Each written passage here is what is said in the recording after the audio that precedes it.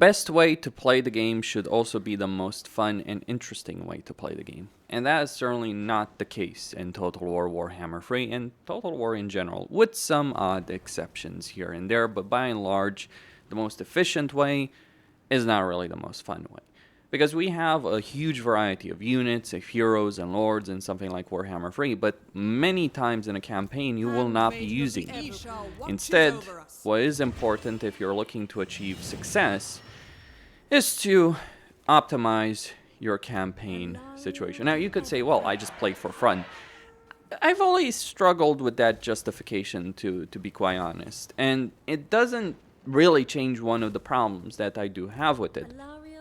In the sense that, sure, you can play for whatever you want, but my point is that the way the game should be designed is more so around the idea that the way that is quote-unquote most fun or most interesting with the greatest variety, the greatest possibilities, should be the way that is also the best to play. There are games that do this. Total War does not. Maybe it should.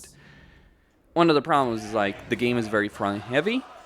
You don't want to spend too long in a campaign because managing a huge ass empire is more an annoyance than an actual thrill.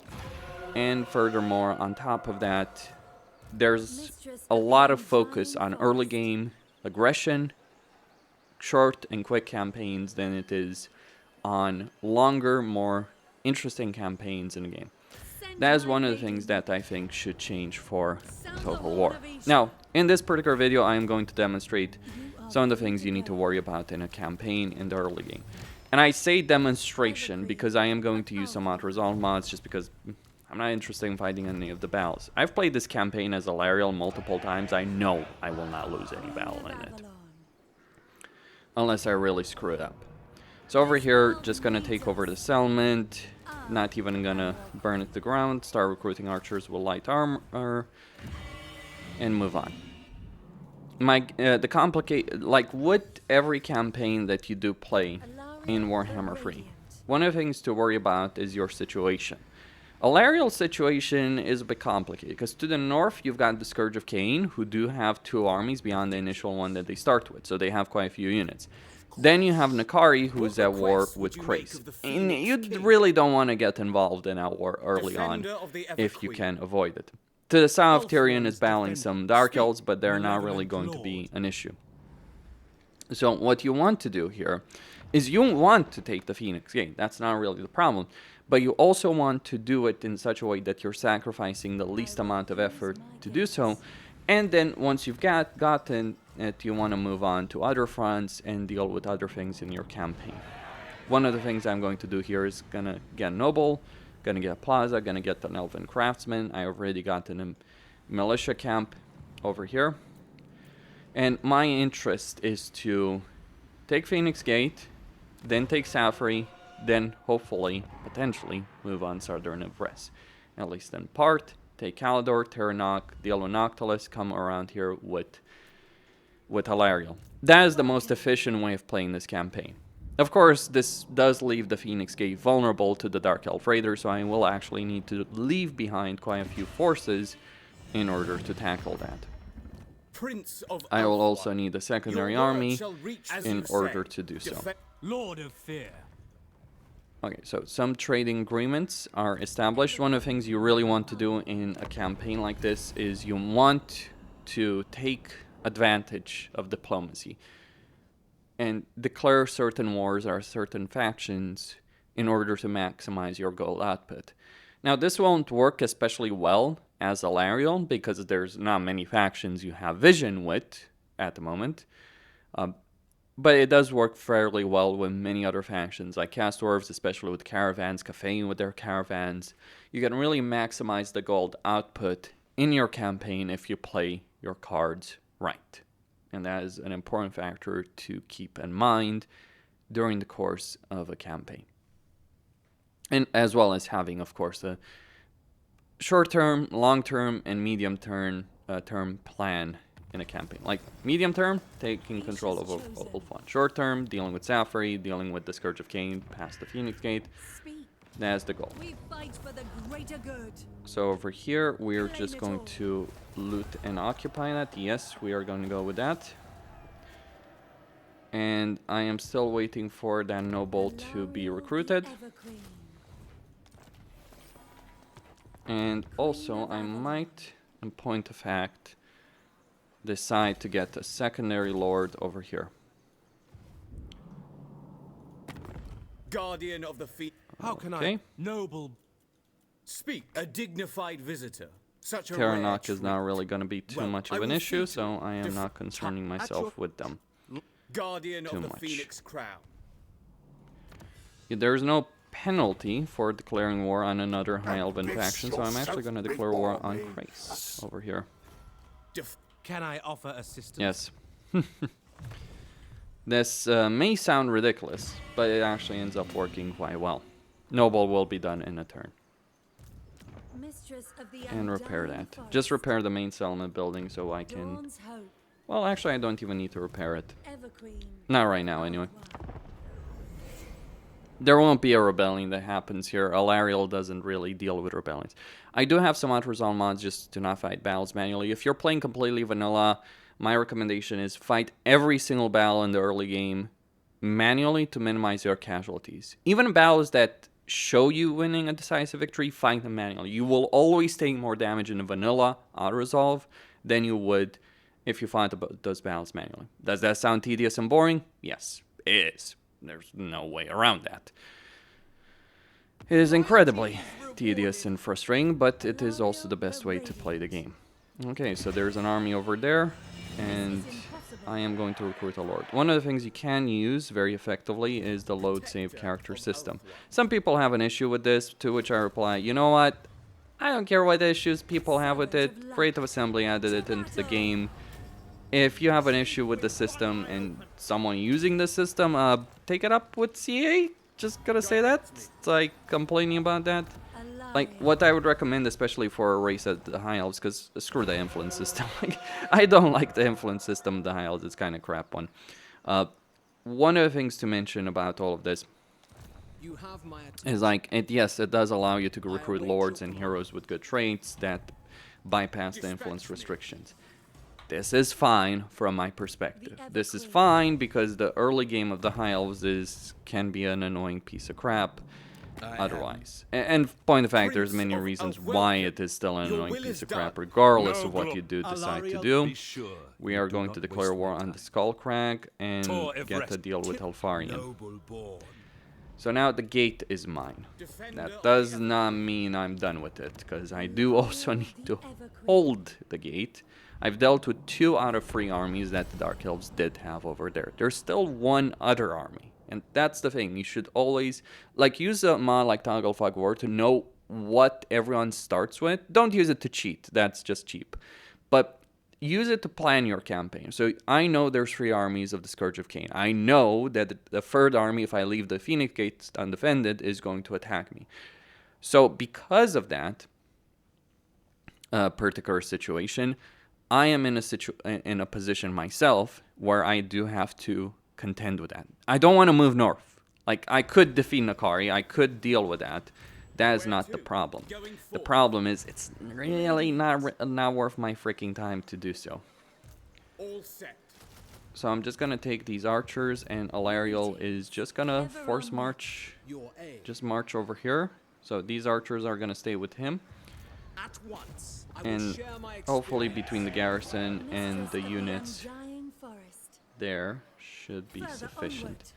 Ideally you do get full stacks of troops, but over here I am not necessarily going to do so. Duty is purpose. Okay, I'm stuck at tier 1 with my settlements, but that's not necessarily going to last forever. I am going to deal with Saffron.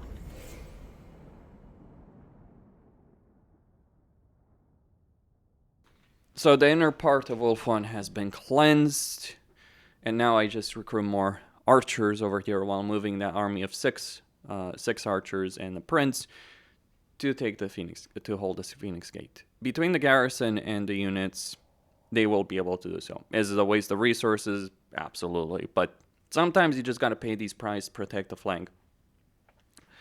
And once you get the opportunity to expand that flank, you do take it. But for now, I am just in a state of affairs where I am really focused on getting Safari in this campaign. At your service. Malevolent Lord. So they're not really going to be much of a threat here in her Ulthuan.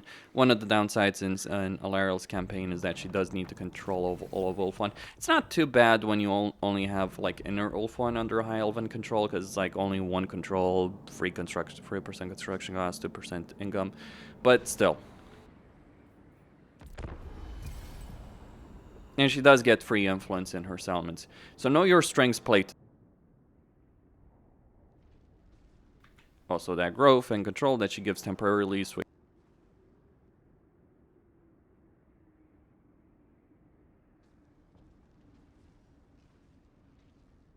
Alright, Phoenix Gate is getting to a higher tier.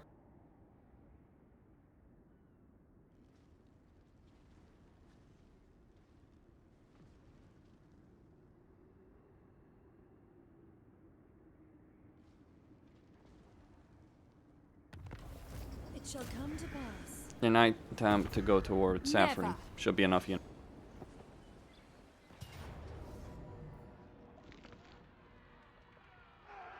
It would be a close battle, but between the Treekin, Dryads, the Illyrian Reaver, I would win. So, auto-resolve, take the settlement, loot and occupy. I am going to deliberately spark a rebellion over here. Yes, deliberately. And then there was a reason I recruited a bunch of archers with light armor over there, because, yeah, I was being Defender of the Phoenix Throne. Very clear.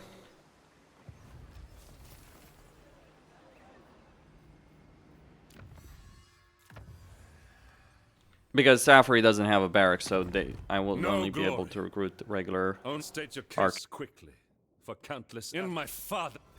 Lord of and while I know it is popular to recruit regular archers, it's just not something I care about in a campaign. Now, over here, let's get more archers. I am certain that the Phoenix Gate will withstand, will survive for one turn without me. Over here, get more growth, get hard to hit, and over here for him, get replenished troops, weapon, master, hard to hit. I'll get speed of Assyrian in just a moment. Okay.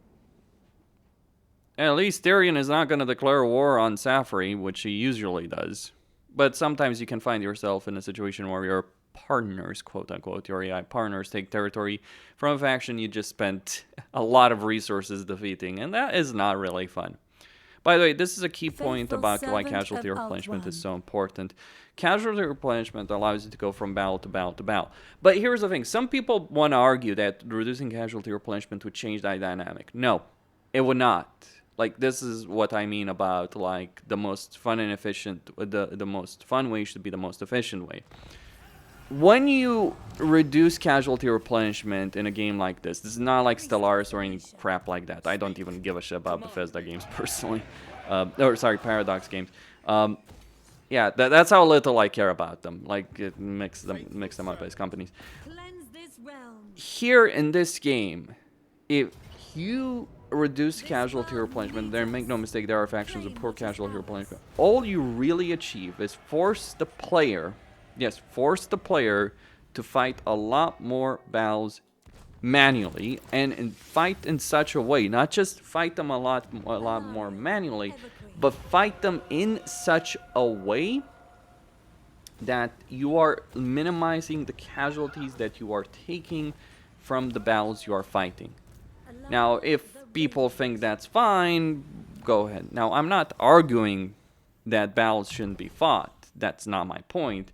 What I am arguing is that if people who have this perspective that, oh, battles should have to be fought, no. Meaningful battles in a campaign should have to be fought. Meaningless battles, including like that stack I just defeated from Safari, means zilch. The Phoenix Gate means zilch. Every battle that so far I have fought in a campaign is an irrelevant battle that I could win with my hands behind my back, really. Those are not meaningful battles. There's very few battles in a Total War game that are actually meaningful and interesting. That's why I use auto-resolve mods, because I couldn't give a shit. most of the time, Those the who battles speak that the are truth challenging are are battles all. that where you are outnumbered by either Skaven or Greenskins. Or you're ambushed. Potentially Skaven, potentially Ulthuan, potentially Kairos, potentially the Beastmen. Those are the only kind of situations in a campaign when there is actually something at stake. Or you're going up against an endgame crisis army or something like that. With a lower tier army. That is effectively it in the campaign. Everything else, fluff. Just really fluff. I'm not saying battles should be meaningful. They should, but they're not. And just making them irritating is not really a solution from my point of view. But the most efficient way to play the game is, yes, to fight those battles manually. Not because, again, they are fun or interesting. They are not. As I would stress out many times. Weep tears. They are not fun or interesting, but... We Okay, fight for so the we greater are going to good. get Rebellion. I'll just take that as consolation prize. Consolation prize, you might ask. Yes, consolation prize, because Elfarion is Afro about to princess. beat the crap out You of the best. Greenskins, and I just Your word. want some territory. Should I get rid of this? It's a question. Well, what else would I build over here? Great point. I need to get this to tier 3. Alright, so Rebellion and Safri will Evergreen. kick up in just a moment. Shieldstone of Isha. And just waiting for her. Now, this is one of the reasons why early game aggression is such an important thing. Because early game aggression allows you to achieve far more in a campaign than you otherwise would. Well, I could ignore the rebellion, or I could go and try and go take Karn Fel before Elfarion does so.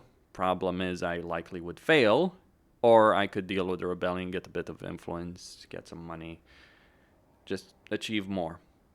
And I can also start recruiting another army over there in the north to supplement the forces at the Phoenix Gate. Because make no mistake, I am going for Nakari and Noctilus and all that. Truth be told, I do kind of want a military alliance with Tyrion at this point. Like, if you want confederations with factions, usually you should actually avoid military alliances.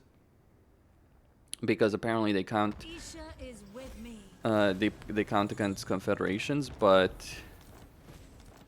And yeah, I did deliberately spark that rebellion. That's not even a discussion, by the way.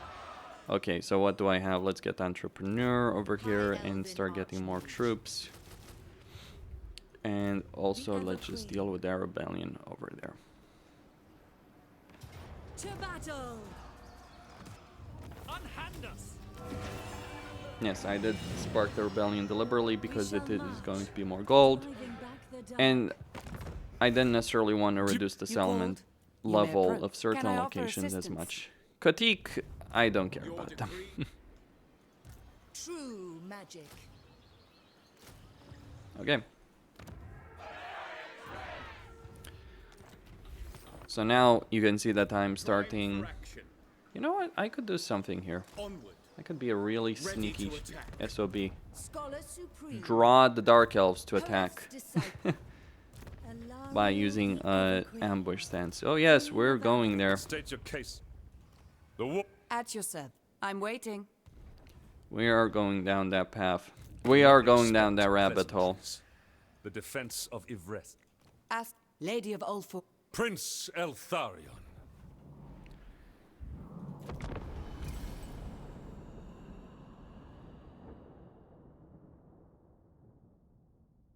No, Elfarion managed to win there. Let's declare war on Calador there. Via Noctilus. And then we kill Noctilus.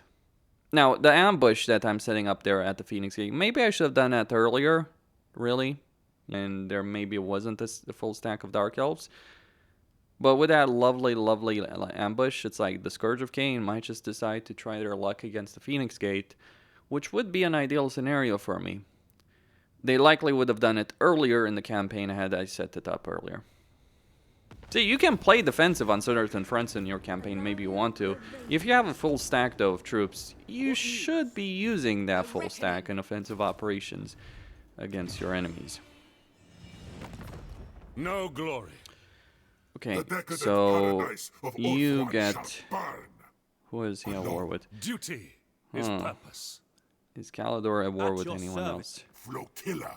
You call? My Yeah, life. it would probably be Your better. kind are not worthy of a meeting with the Phoenix King. No, they would not Warden- offer me a lot of money. Count Noctilus Rex. Prince Elthar. Okay, The decadent so paradise Alfarian... of Ulthuan shall burn. As my power ascend. Tyrion, now Hello, that you Tyrion. are here, I will... As you say. Protect. At your service. Defender of the Ever Queen. Okay, over here, more income. Public order is going to be skyrocketing over there. And Noctilus does have an entire army over there, Servant of ready light, to take advantage. trained by the White Tower. But Alariel is ready to pounce. And she's got a stronger army. Just having a unit of Treekin as a starting unit, it's like, yeah, it's like, no, Treekin and Sisters of Avalon, they're expensive, make no mistake on that, but damn, do they not give you an early game advantage that very few other factions can have.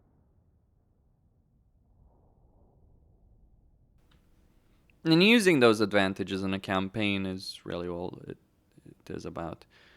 So, is Calidor finished yet? Let's see what the Scourge of Khaine ends up doing. Are they at war with someone else? That might be the really million-dollar question over there. So that's the campaign plan. Deal with the Scourge of Khaine, eventually deal with Slaanesh, go deal with Morathi, and tackle everything else in this circle. It's all about having a campaign plan, pushing aggression, recruiting as many armies as you can. Some people do like sitting on massive piles of cash, I admit. I find that a bit weird, but I would not recommend it. Where is Noctilus going to? Isha's light. Still nothing. I'm starting to get a bit suspicious about this. Okay, The Druchi do not they are forgive. at war My only life. with me. Black-hearted. So I am really starting to get suspicious about what they're doing. Just saying. This does not usually happen in a game. I understand the Phoenix Gate is something that no sane person would ever attack willingly, but something's not adding up over here either. Let's get lumber. I am Tyrion. The Warden. Fear my malice. Ever Queen of Ulthuan. Okay. So I guess Noctilus decided to go deal with other things. Wait, what? You're kidding me. Musalon? What? Some things are crazy. Usually Nakari ends up in a war with Elfarian, but guess not this time.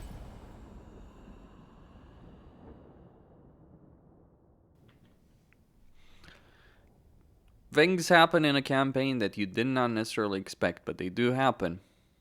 They might be surprising when they are occurring, but you roll the dice as they are. So let's see if the Scourge of Khaine is going to take the bait this time around. Or if they're not going to do so. Suppose we're going to find out. Well, they're not. They're not quite stupid, are they? Well, if Noctilus decides to send an army in the middle of Calidor for my territory, well, there's only one particular outcome in that.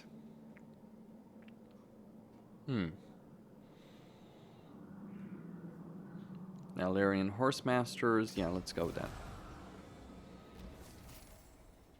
Queen of Avalon. Sound the horn of Isha. Order.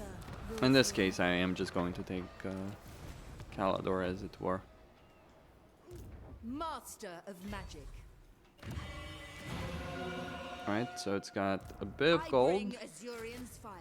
More archers. Get more archers. Always more archers. Faithful servant. Moving out. Making my way. Short-sighted. That is a full-blown army. Guardian. But if I ambush it, there's little chance that it wins. Ambushing armies that get ambushed by the AI when the actual battle tactics tend to behave poorly, to say the least.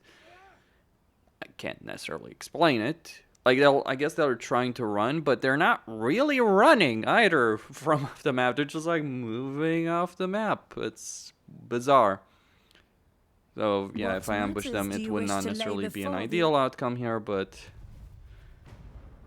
okay, they're still not moving towards me. What the hell is going on here? Alright, I'll fall back, so at least I've spotted their army. I know what I'm up against. A quest has been Okay, issued. there's a quest. Now, quest battles can be particularly useful because they give you a bit of replenishment when you do fight them. Trained by the White Tower.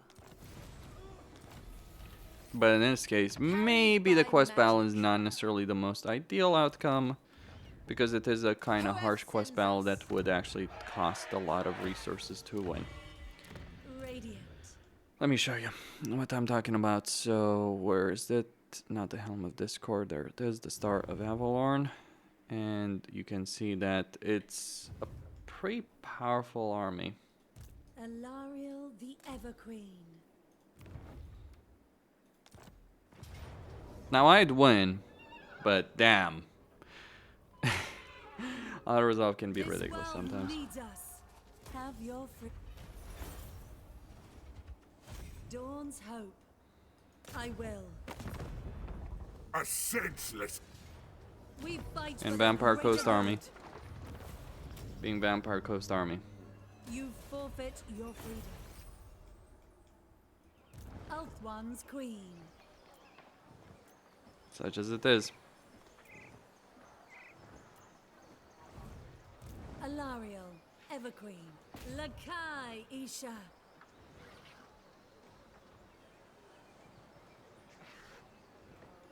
We are triumphant. To battle. Yeah, Illyrian Reaver is going down. Don't need them anyway. You will serve me, priestess of Isha. I am use certainly my pushing gifts. things here. Yeah, I'm well aware of that. That should be fine. Time to get to tier 3.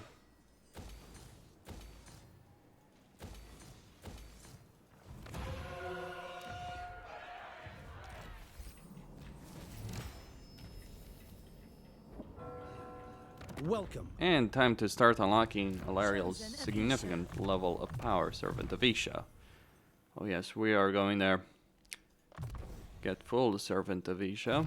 Full there. Earthblood, Life Bloom, Shield. And now the fun begins. Oh yes, the fun actually does start right now. We got 18 units over here, and we're gonna get 2 freaking handmaidens to throw into the fray.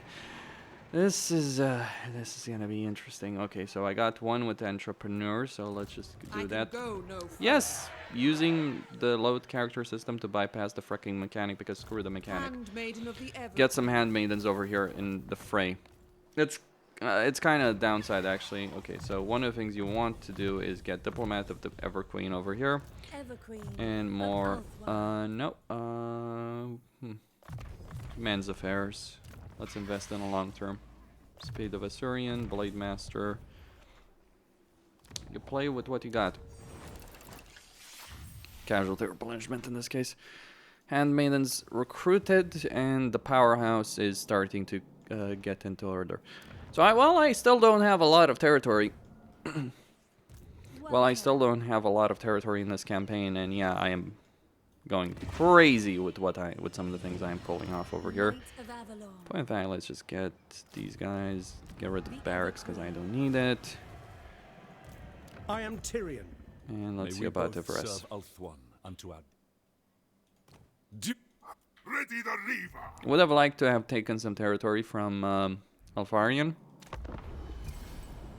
because that way, or some of the territory Alfarian wanted, because that way I would have been able to get a military alliance with him, or at the very least a defensive alliance, and drag them in a war with Akari. Alright, Count Octulus ran away like a scared chicken, as I expected them to. Now, one of the worst outcomes that you can have in an auto-resolve situation or a battle situation is to actually lose a unit. The reason is that you obviously have to replace that units, that's resources that you would rather spend elsewhere. What the hell is Illyrian doing? They're getting ass handed to them by the looks of it. Terranok is, well, Terranok.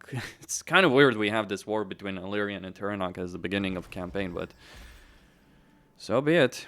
What can I say? Isha watches over us.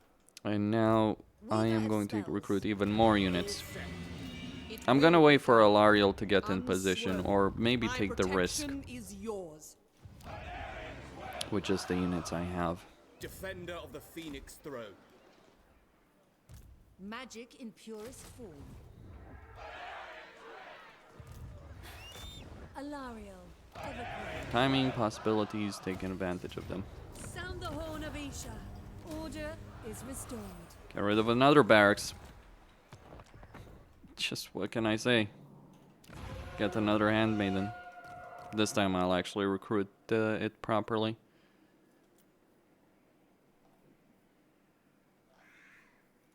I'm actually gonna save her.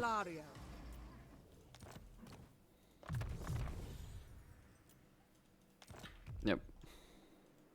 Your will is done. They don't have skill levels, but it doesn't matter. Priestess of Isha. They might not be so good in the long term, but it really doesn't matter. They're still handmaids. They'll give me replenishment.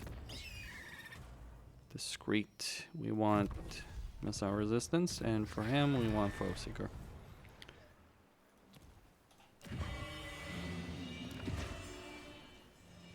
You know, I've never asked myself what kind of army would I build if I'm just interested in auto-resolve. And a good auto-resolve outcome. Well, probably one without spearmen. That's for damn certain. Because spearmen tend to take a lot of damage. That said, spearmen are cheap and easy to recruit, so does it matter if you're losing a lot of them? As long as you're recruiting them, you're not interested in their unit ranks, regardless. You want your archers to have good unit ranks, not your spearmen. Oh, look at who's shown up, gentlemen. Noctilus has shown up and he's laid siege to me. Whatever shall I do? It's not like he doesn't have one of the worst possible armies in the entire freaking game to go up against the High Elves. Oh, wait, he does have one of the worst armies in the game to go up against the High Elves. So, enjoy your turn 1 of attrition, Noctilus. It will be your last. I'm not even joking. I wonder how much of the AI behavior is tied to the idea of... like, we know that the AI can be incredibly passive, but it's like... sometimes they do suicidal shit like this, and it's like, oh, we could win this. No. No, there's no chance. Like, some of the spells he has might be dangerous, maybe, but it's like, there's 0% chance that this army comes anywhere close to winning this battle. Like, no. I'm not even entertaining the thought. That's so absurd and ridiculous that it's like, okay. Now, why did the AI attack me? Well, one, they could, and they did decide that, okay, I'm going to be an easier target. But similarly, also my garrison over here in the settlement had been wiped out, and I was doing something in terms of building. Like, I've noticed that the AI does have this kind of tendency to attack more often when you're doing something in a settlement. If it's recruiting, be it recruiting units, demolishing buildings, building stuff, the AI has like, it's kind of like hardwired to do something about it. Like, they want to screw you over. It doesn't matter. The undying forest. We fight for the greater good. Mm-hmm. The greater good, she says. Radiant. The greater good, remember. Chasten them to battle. Okay, I'm just gonna stop with her for one turn, just one turn, because like I don't know what freaking what madness Terranok has, and I've pushed myself a bit much right now. Sometimes you just gotta stop, take stock, wait. I fought enough battles to outfit a small army. In fact, I'm going to do just that. I'm going to switch to recruitment over here, get some spearmen and archers. What is it? I am the heir of an Champion. burn the coastline. Go. At your service. Okay, I could get a peace treaty. There's very little to be gained by having to deal with Noctilus, and there's a lot of time wasted and resources wasted to go deal with him. Stankia seems to be in a great position. Not for long. That's all I'm going to say.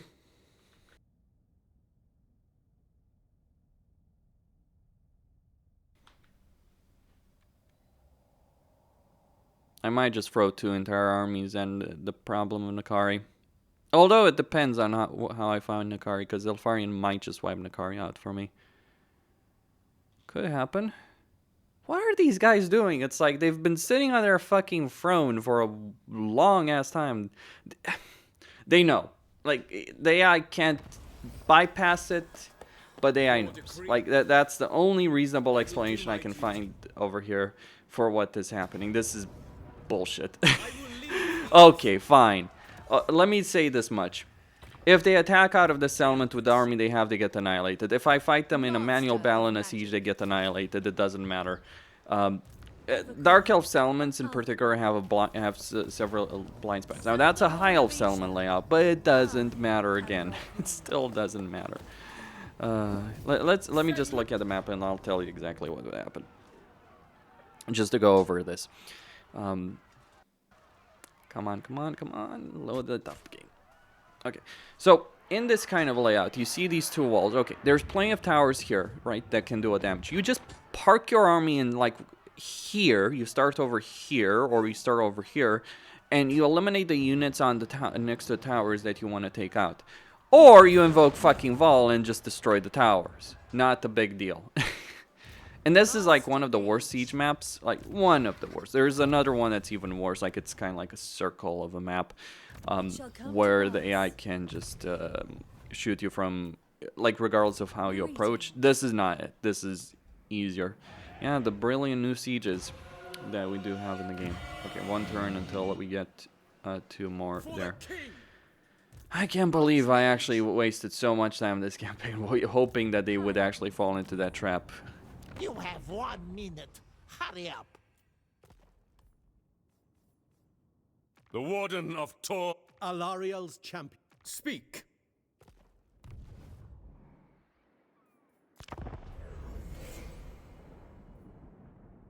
What matters do you wish to lay before? There will be no peace with the Stankia. She's got territory you want. Let me put it like that.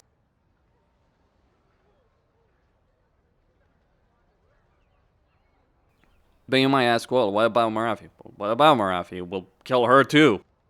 What, you think Morathi is the problem here? No. Actually, Ostankia might be winning against Morathi at this point, in which case that makes her a bigger problem. Like, you could ally Ostankia, but here's the thing. Sometimes when it comes to these military alliances, oh yeah, Dark Elves, being Dark Elves, bye. Fucking waste of time. Yeah, irritating. AI cheating.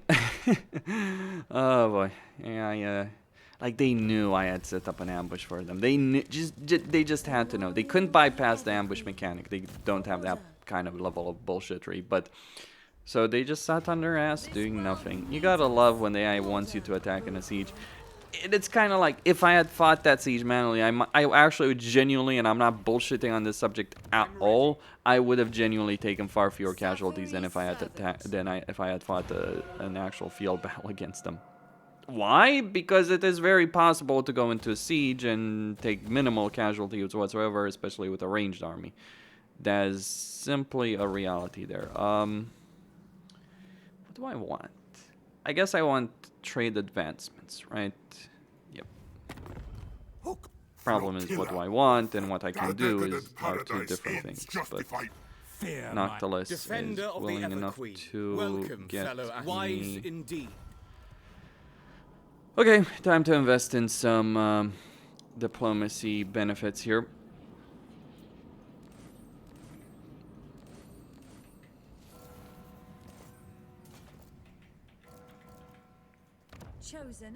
Alarion will be more willing to deal with me, but I need Confederate Tyrian and Alfarian. Where to? Protector. And yes, I did leave Noctilus alive, but it doesn't matter because Noctilus is a piece of trash that can't accomplish stuff. Gabriel the Radiant. I want someone to explain to me the following point. How in the hell are the Vampire Coast a good race? Like, I've played the Vampire Coast. In fact, they're the first campaign I beat in Immortal Empires. Defender of the Phoenix I throne. don't understand that logic, like, at all. Like, it's, like, maybe it's just eluding me, but it's like, how exactly are they a good race? They have a crappy army, they have a lot of trash quality troops. I cannot for the life of me understand that mentality there. Welcome. Okay. I cannot pick up the Sword of Khaine right now. Regardless. So that's gonna be in for later. See, you build a campaign not just for the, like, you don't build a campaign plan like for like short-term gains. You build a campaign plan for world domination. That's what you're doing. So the Sword of Khaine, once I get enough handmaidens, well, you know what handmaidens do? They give you a bunch of control and diplomatic relations. You know what the Sword of Khaine does as a negative and supposed to be the main negative? It's like you lose control and diplomatic relations. So it's like, okay, so you're telling me I can get the most overpowered item in the game that can solo entire armies on its own on a legendary lord that really doesn't give a shit about any of the downsides? Oh, you pay more money for troops. Okay. I'm the freaking High Elves. It's like Sword of Khaine is a trade-off. It's like Alariel is like I am Khaine. Such hilarity ensuing. It's not even funny. Like I'm not even joking on this. Like literally, this is a true statement. Okay, garrison, boom, bam, done. No problem. Rebellion will be sparked. They didn't even. Oh, or maybe they did, but I canceled it out. That was unlucky. That was really unlucky. Okay. I am not gonna bother with the Shrine of Khaine. Let's see. I could get more handmaidens, but I have enough of those to last me for a while. So, and I would rather get more handmaidens in minor settlement than the major ones. Mistress of the Undying Forest. Fine. Let's see. Assur sorcerer. Wish I could recruit some units in the Phoenix Gates. Genuinely. Arcane Art Forging. Am I losing more money than I can replenish? No, I am not. So, do I care? Not really. Dispatch me. And so it will be time to move against Nakari, and it will be time to move against Command me. Prince of Ulthuan. it will be time to move against Estancia. Who are you at war with? No, I wish I could actually get some wars going. Wolf bloodthirst. Okay, there's some wars. Good. Money. Thank you. Good. By the way, even if you can't win the quest battles, at least just getting close to triggering them would actually be a genuine benefit in your campaign. The defense of Yvresse is all that matters. What is the situation? Okay. My solemn duty. I will hear your words. 66, 66. Malevolent Lord. Some cases it might pay off to get those military alliances. Some cases. Not this. Alright, will I get the rebellion next turn? Nope, it will not happen next turn, unfortunately. Pity. Real pity that. Might go bankrupt. No.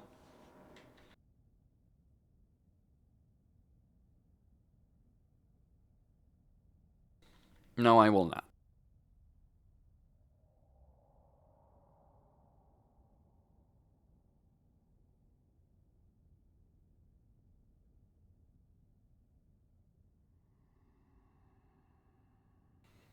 Alarian, don't do it. Freaking Alarian is gonna steal my fucking structure. Great. Win. Freaking bad. Magic's unleashed. True magic guides me.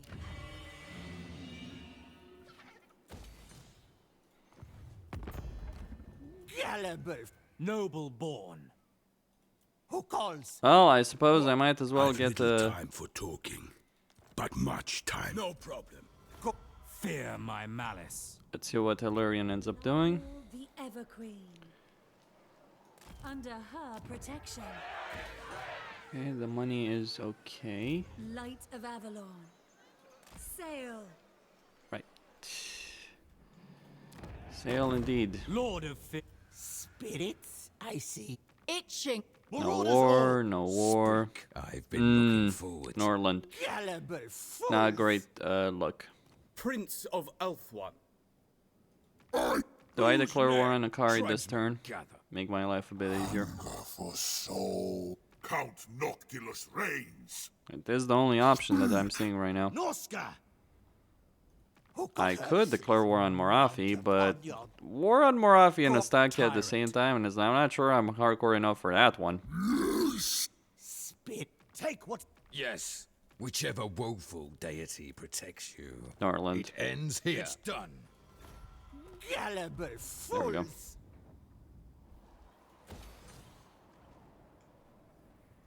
Yeah, I'm gonna need more money. Magic in purest form. This army can defeat Akari, just don't have enough. Fuck it. Fine, we're doing it. Expect pleasantries. The defense of Ivry. It is necessary.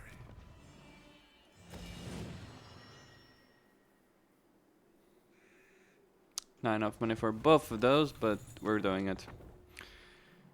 Let it begin. I could go to Morathi and declare war on Estancia. For Khaine. Friends with Morathi.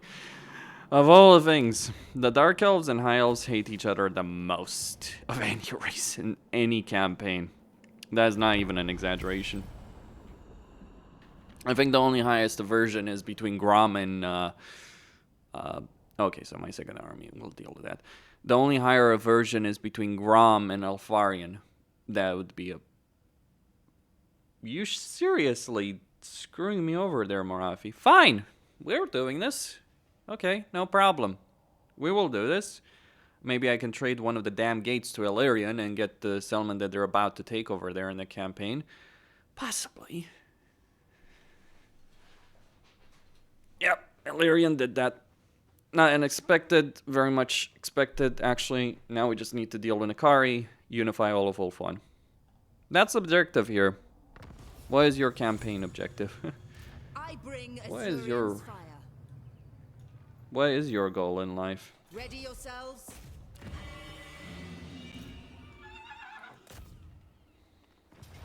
Ulthuan prevails. Azurian protects. There we go. Your bidding. My prowess is needed. This will likely spark a rebellion, but it doesn't matter. Fine. Noble of Nagaroth.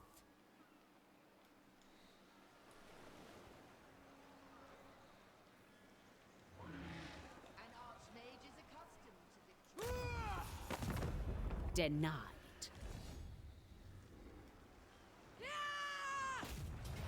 We fight for the greater good. Morathi and Estancia, let's go. You will serve me. To battle. Order is restored. Let's be fucking crazy.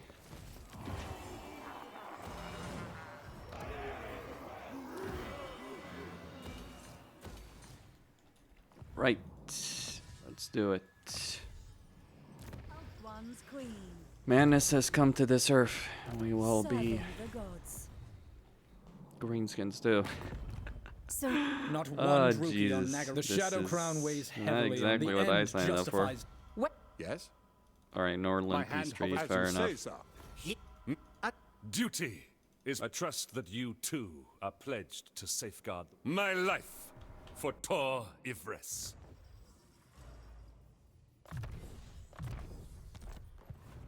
Guardian of the Phoenix Crown. Alariel the Radiant. The most gifted. Prince of Ulthuan. I have heard tales of your kind. Please speak.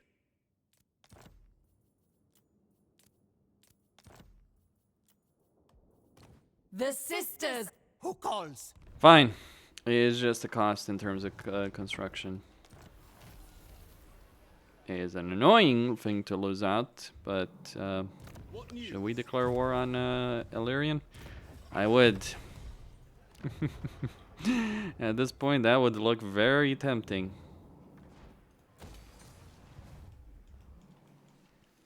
Right, greenskins. Turn 20, almost all of Ulthuan is under High Elven control. Not exactly the best control that I could have imagined, but you roll with what you got. Oh, look at Nakari showing up with all his might and then some, trying to defeat the High Elves in open battle. Nakari is such a shit lord. Okay, you can make the campaign work. He's still crap. Or rather, his army is crap, so... Actually, I think it's the AI more so than anything else. It's like, he recruits the wrong units. Like, if you're playing Nakari, you want to get Forsaken of Slaanesh. High speed, good durability, makes up for the crappy casualty replenishment. But no, Nakari is going to recruit a bunch of other trash tier units that are not going to be particularly useful at all. So north or south? North or south? Stankia or Morathia, what's the bigger threat? So look at Nakari. I laugh my ass off at this notion. No, I'm genuinely laughing my ass off because there is no way this army wins. Like zero. Zilch. Nothing. Like it would take an act of God for this army to win in a straight up battle against the High Elves. Like, against the melee army, absolutely. That would be an incredible feat, but this is not happening. Like, just to understand. Nakari has all these demonettes. You look at these demonettes, you know what they got? Low armor. Some physical resistance, but low armor. And they're demons, so they'll fight until the death. They'll die. So, boom. And by the way, this is not even an exaggerated outcome. Like that. So it's like, so much for freaking Nakari. Ugh, jeez. What a joke of a legendary lord. I'm not even exaggerating all that much. To some degree, obviously there is exaggeration, but still. The money must flow. What are you guys doing here? Greenskins just being greenskins, I guess. Twin defenders of the glades. Well, they're world Skaven. Which? I call you dead. And that would be generous. Campaign movement range and merchant lord for more merchant. Some people really want to argue that Kislev is a good race. Yeah, let me put it like this. Kislev, not all of their lords have it, but their princes and princesses have it. It's called merchant lord. It increases trade resource production by each of them by 9% faction-wide. Kislev gets a province-wide benefit at tier 5. Remember that particular point. They get a province-wide benefit for 50% tradable resources. At tier 5. You might understand the difference there. And why I mock the very idea of Kislev's economy. What economy? Kislev doesn't have an economy. It's got a shoestring, like shoestring of an economy. May we both serve Ulthuan. Itching okay, so what Prince do I do? Eltharion. There's an alternative that I might have to embrace over here. Not necessarily a great one, but it is one that could work. My life for Tor Ivres. So let's give... What's my... That's good. Okay, Tyrion.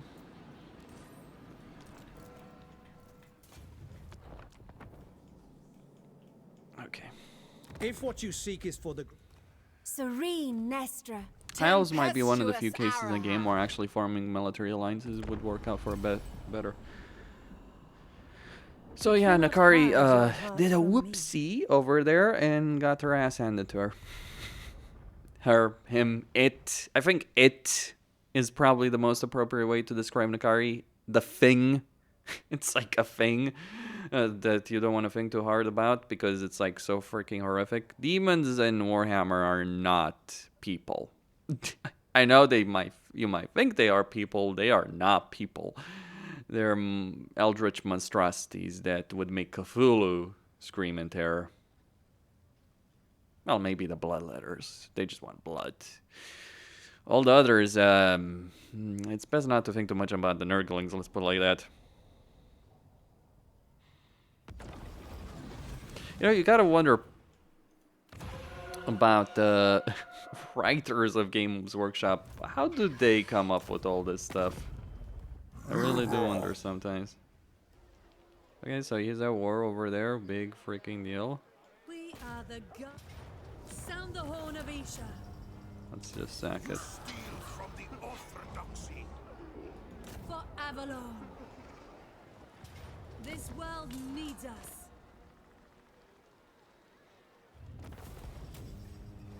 Greetings.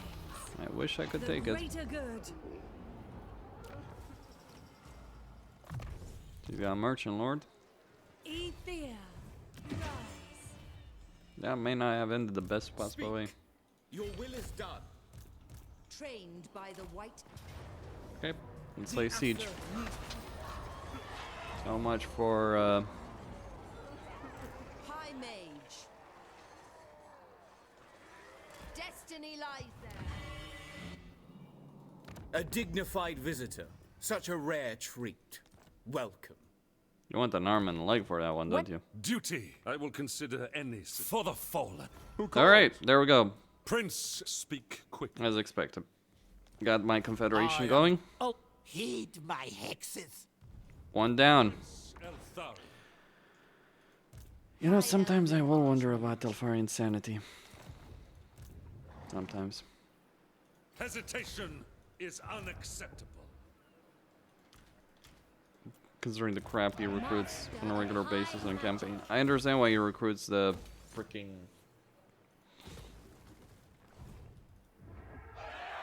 Traditions make us strong. Gonna run out of money. Gonna have to get rid of an army here. Also, just get rid of all of this. Like, freaking hell is this shit. Brook no failure. Fang sword ready.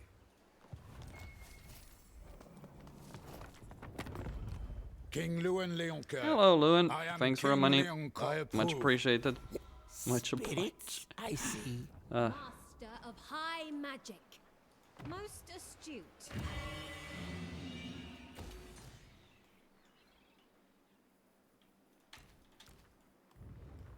I don't even want those spearmen. Purest. So Why would I? No glory. I have enough of them. Only service. Alright. Economic debacle sorted. One way or another. Get growth. Oh, a rebellion is going to spark up. Oh, freaking lovely. No problem. We march an army there, we deal with it. Maybe emergency recruit an army. If I have enough money next turn. Nakari is finished Master at of least. magic. Cultist put the mark of Slanesh on my ass. What a joke. I'll leave that shrine up. Not because I necessarily care for it, I do not, but all the same.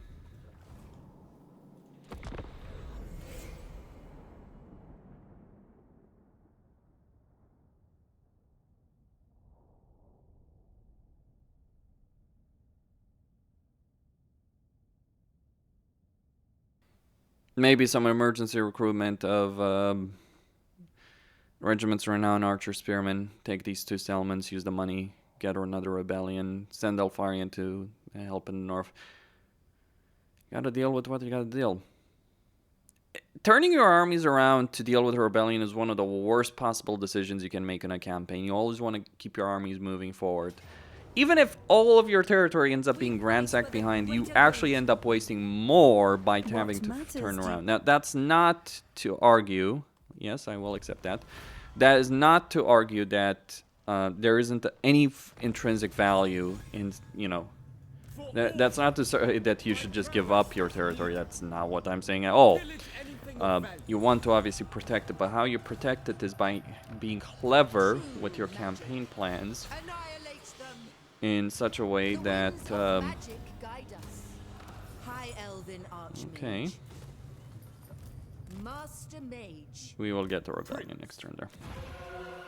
Gonna get mage. So, mage, genius, administrator. This is not the end. What? Mage of School, Ulthuan. Yeah, that's not exactly what I wanted. Oh well. I wanted high magic. That's on me. I was like, I saw a good trait. I'm like, okay, I want that. Right. Assume Need emergency recruitment. Student. Bellicor. The time is now. Lakai Isha. Alright. Gonna spark a rebellion here. To battle. Claim it all. That's enough.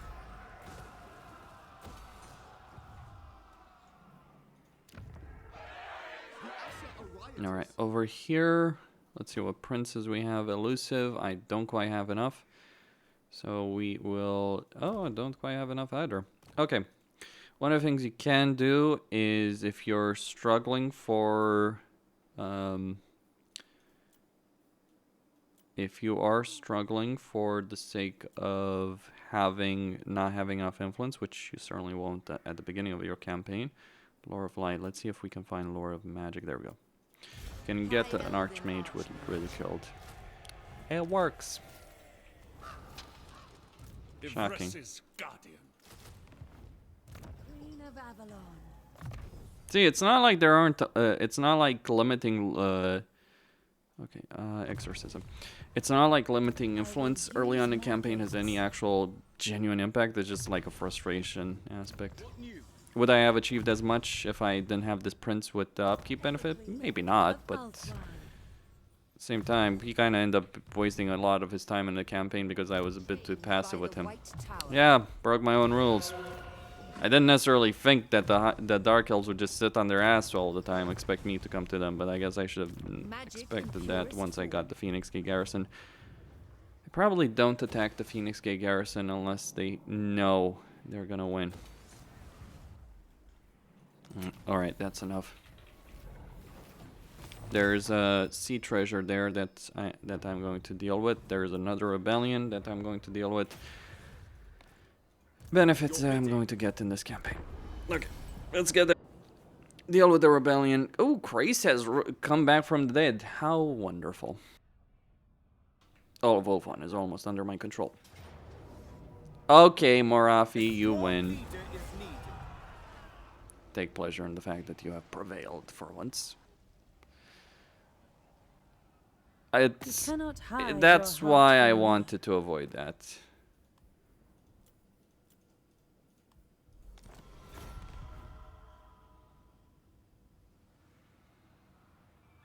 A war on two fronts. But no problem, I'll just deal with both of them now that the Stankia is gone. I think she's gone. If she's not gone, I'll make a peace with her. I just want more. I just don't even care about the Stankia, I just want the provinces. The one she starts with, the one Morathi starts with. Everything else around that area, it's like, besides the north, is meaningless. Oof. That's a lot of influence. Phoenix Crown. I will lead the Asa. Remove their bonds. I second this. Yuri Fair! Can we do that? I sometimes am surprised by the movement range in this game. The Asa needs me. Oh, one archer destroyed. Big deal. Seize it! Protector of Maybe this Ulthuan. is one of those Defender cases of where the I would actually Phoenix leave throne. one building like that intact. Master of Why? Magic. Bellicor. Fricking Bellicor. Although it does seem like he's being chased by a Lumen Core, so it's like it's hilarious. It's like, get back here, Bellicor. It's like, but I don't wanna. Okay, I'll just get rid of it. Actually, it's like it is kind of funny. Set sail. Mage, it shall be. All right.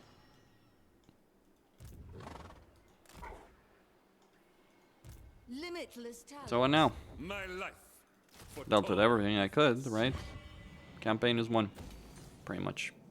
That's what happens now. It is turn 24. All of Ulthuan is under High Elven control, pretty much, except one single settlement. Sound the horn of Isha. I'm a dozen, 2 dozen turns away at most from getting my...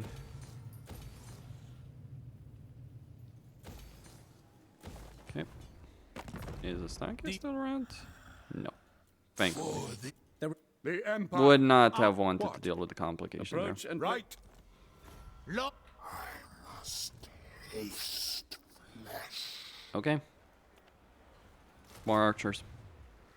High priest. When they do attack, and when they put the settlement under siege, that's when I march in there and get some regiments of renown, crush them. Until that happens, I am just going to deal with the situation as is. Should we kill them, sister? You can fight the Skaven for all I care. Protector of the laws of chivalry, as you say. The sister. Bellicor. Tactful. Defender of the Ever Tactful. Prince of Ulthuan.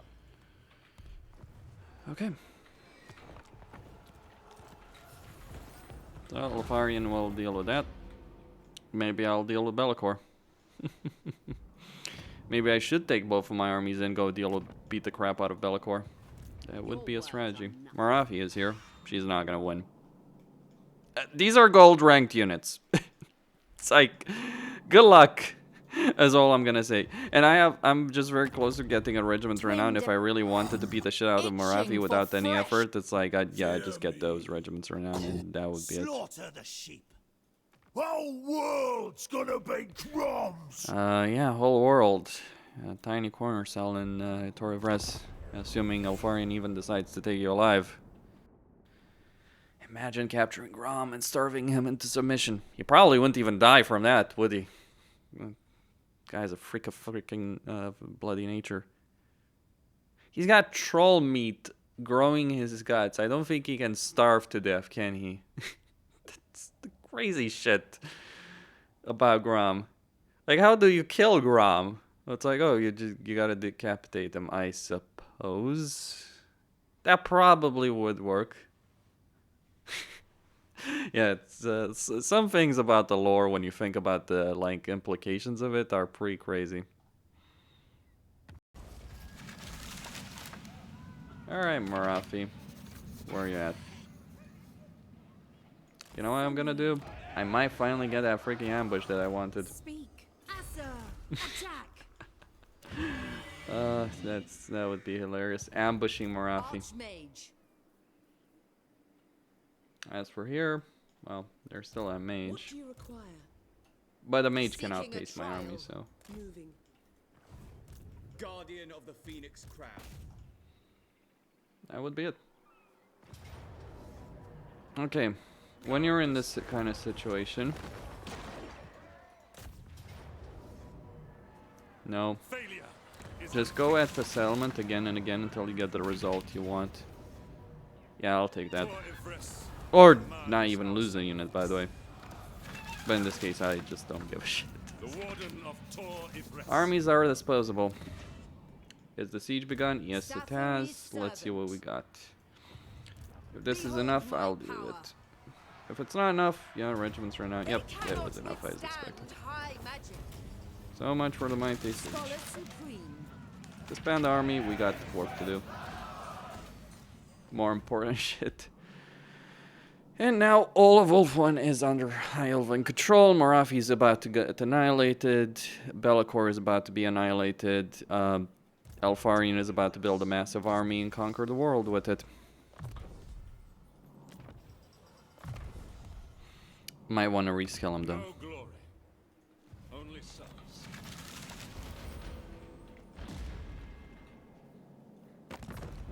Is it Now you might think this is an exaggeration. Fair enough. Immortalize move. Very wise. Okay. ready? Right click. I will hear what you so be it. Wow. Serene Shit. master. Tempestuous Arahant. Yeah. That was a bit out there. I gotta admit. Not even gonna lie on that one. That was it's like what? Okay, fair enough. Okay, put some construction benefits over there. And let's see one more off he does. I just like the campaign is over. I have one. And everything I did in this campaign I could have done. Okay, she's not stupid. Fine. Fine. It might take me a while to do it with just Delarial, but I've got other business with my other armies. Or maybe I could send another army to help out. I will need it. Yeah, I mean, I'll send an army to deal with the Be'lakor. Can I get Be'lakor? Is Lewin going to get Be'lakor? The chase is on. It is a race, gentlemen. It is hilarious. Okay, Rebellion is probably going to spark there.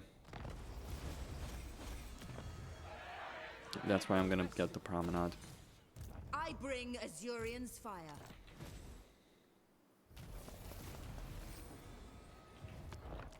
All set.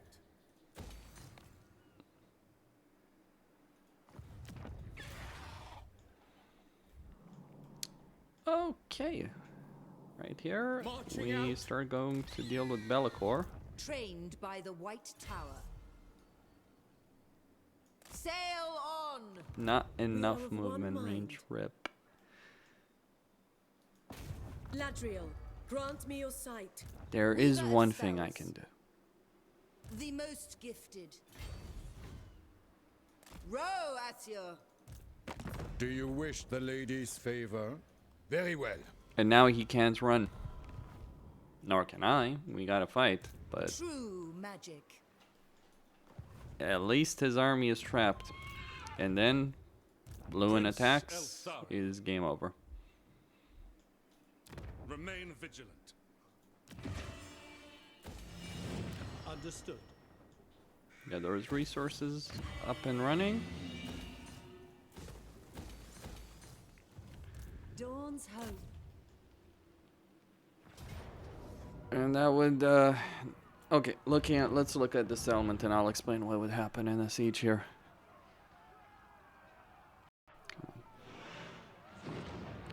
Yeah. So this is Dark Elf settlement layout. There's various points over here that you can use to hit the enemy, inflict staggering damage without suffering any damage returned from the towers. This world So, needs us. easy win.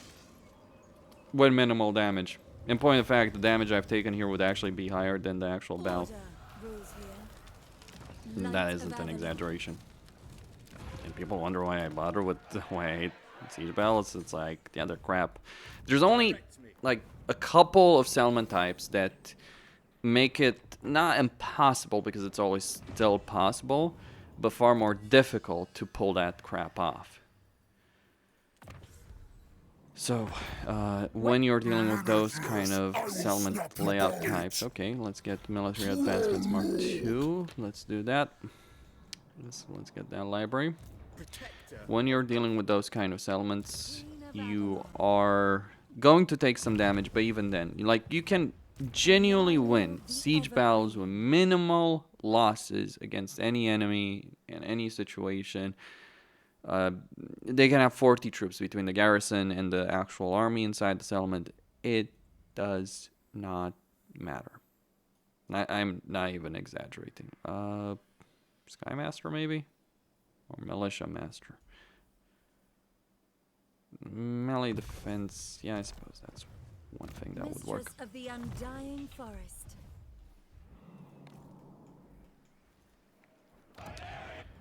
And that would be about it.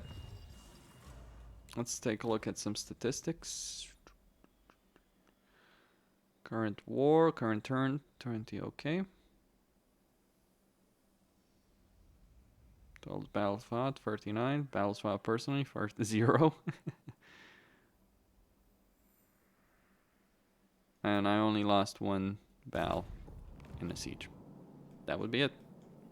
And 26 turns. And that is normal. You know, getting a zero defeat campaign like Legend of Total War is doing that does take a bit more work, but because you always gotta be careful about, like, you gotta be a bit more extra careful. Like sometimes, like when you're playing normally, you can be like very aggressive. Like, what do you care if a settlement that's tier 1 that you just literally took over is gonna be attacked and destroyed? But when you're playing on, if you're playing with those kind of self-imposed limitations, obviously you need to slow down a bit. But I find it, like, I find it a kind of silly situation. Like, you see streamers that just impose all of these rules on their campaigns to try and make them more exciting. You can impose all the rules and all the uniqueness, but it's like ultimately it's on Creative Assembly to make a campaign more interesting and exciting. Now, do I find doing this particular playthrough boring? No. I find it actually far more boring to actually have to fight 100 of those 39 battles that I mentioned, that I did in this campaign. 40 at this point.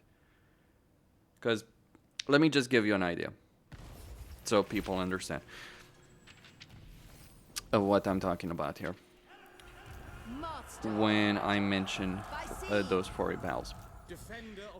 In that campaign situation where you've got, all right, Be'lakor, maybe. But like, consider this dynamic. Each battle that you go into manually takes you 2 turns at the minimum to get in and out. Let's say on average 3 minutes. Depends on the situation and loading times, but anywhere between 3-4 minutes to go in, go out. That is the average of a game. So 40 battles or 4 minutes, that's 160 minutes I would have spent just in loading screens. Let's say at worst, right? But let's say 120, right? 120. So 2 hours to do something I know I would have won regardless, right? Let's say 120 because you may have a couple of battles that are going to be different. And that's just entering the battles. That's not fighting the battles. That's not dealing with them. The sieges can last 20 minutes a pop. So this video that you saw over here, that's what, probably an hour or something like that, would have turned in a 3-hour slog where I would have achieved the exact same result. That is what's broken about Total War in a way.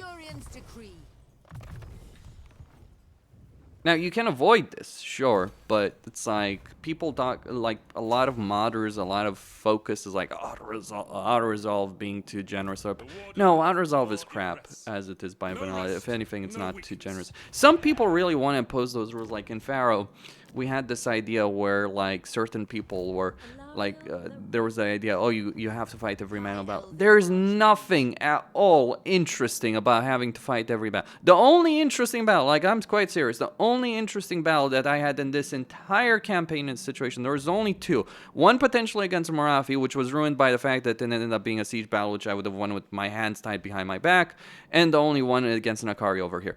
In 40 battles, there's only one consequential battle that I might have potentially had to put some effort in on the actual battlefield. That is it. In 40 fucking turns. And this is not just a situation in one campaign, this is a situation in all campaigns. You get 1 or 2 battles. The ratio of 50 battles to 1 or 2 battles being interesting, that is absurd. Like, if Be'lakor might have been here, sure, okay, let's argue that it might have been a bit more interesting if Be'lakor was here. But that's kind of the dynamic. And there's no mod that I'm using that changes that dynamic. I just avoid having to fight a lot of tedium bullshit in general. But regardless, this video is not about that. People know my opinion on the autoresolve and the tedium of battles. Like, I'm not opposed to the idea of a slower paced campaign. I want to point this out. Nor do I think that the way that the game currently is good. That's one of the things I want to point out. Just because one way is very efficient to play in the game right now does not make it a good campaign dynamic. It is not a good campaign dynamic. Quite the opposite. The way the campaigns are played right now. And yeah, you can pretend that that's... What? Fuck, Rom is rank number 1. It's like, wow, that happened. But you can pretend that's not necessarily the case. But you're just doing that. You're pretending it's not an issue. It still is an issue. The game is still the same, fundamentally. That you might ignore this. It's like, okay, fair enough. It kills variety. It pushes for early game aggressions. Like, at this point, like, maybe Grom invades me and screws my Defender of Ulthuan mechanic over. That is all that could happen in this campaign at this point. Maybe Confederations screw my Defender of Ulthuan mechanic. Okay, that is it. Essentially. Morafi's lost. Astankia is lost. That is all. That is all that's gonna happen. And now I'm just kind of in a position to go focus on the Sisters of Twilight. Or put the pressure on the Drowned and finish the job. Kosin signing out.